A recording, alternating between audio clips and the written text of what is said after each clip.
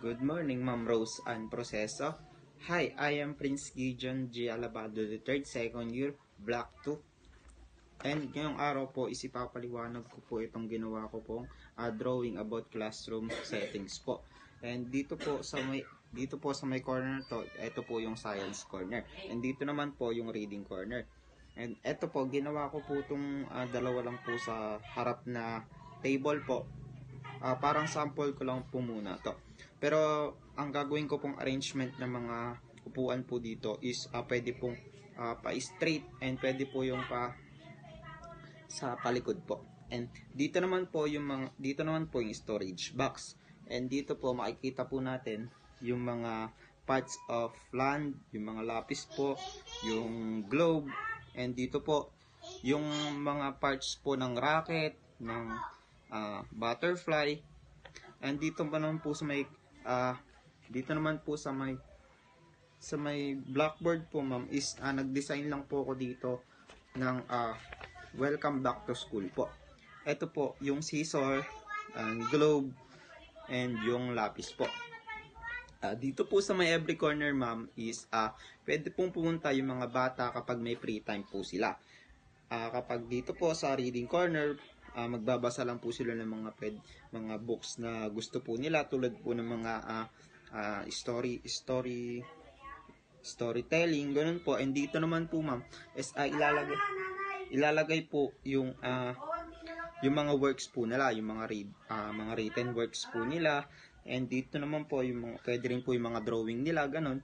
And dito po nilagay ko po dito sa may science corner para maging sample po ito, para ma-inspired po yung mga bata na gumawa po ng mga ganito. Para ma-enhance din po yung kanilang focus and concentration, to tidy environment reduces and distraction and allowing student to concentrate after on their task. Tsaka nakakapag-focus po yung mga bata kapag malinis po yung classroom natin. Tsaka dito po is ginawa ko po to para mapakita po na yung gantong setup po is pwede pong gawin in a future. Dito po yung yung orasan po, syempre pintuan. Dito po nakikita po na natin na napakalinis po ng pagkaagawa dito sa may classroom.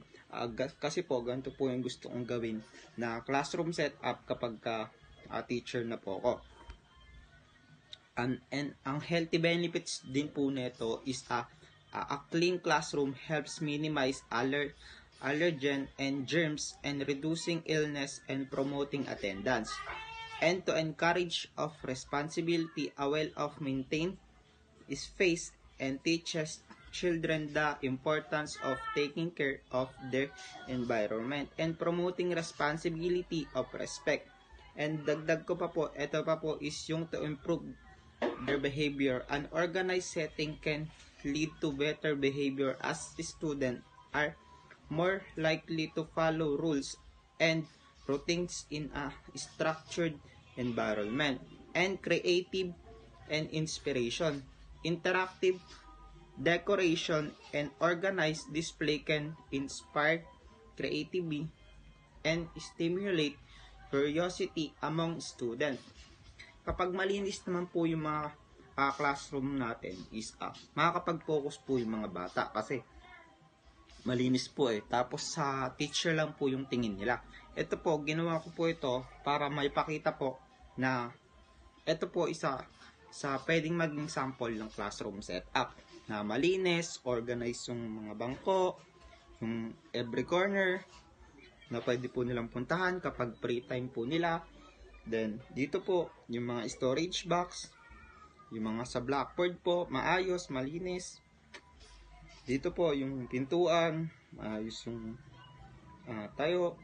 Dito naman po yung mga parts na pwede nilang gamitin kapag may mga time po sila na ituturo naman po ng teacher na every corner is pwede po silang matuto at na-enhance po yung kanilang kaalaman tungkol sa mga bagay dito sa loob ng classroom. Nade-develop po kasi yung kanilang motor skills kapag palagi po nilang palagi po silang nagsusulat, ganon. Then, and ayun lang po ma'am, yun lang po yung aking presentation about dito po sa ginawa ko pong classroom settings po.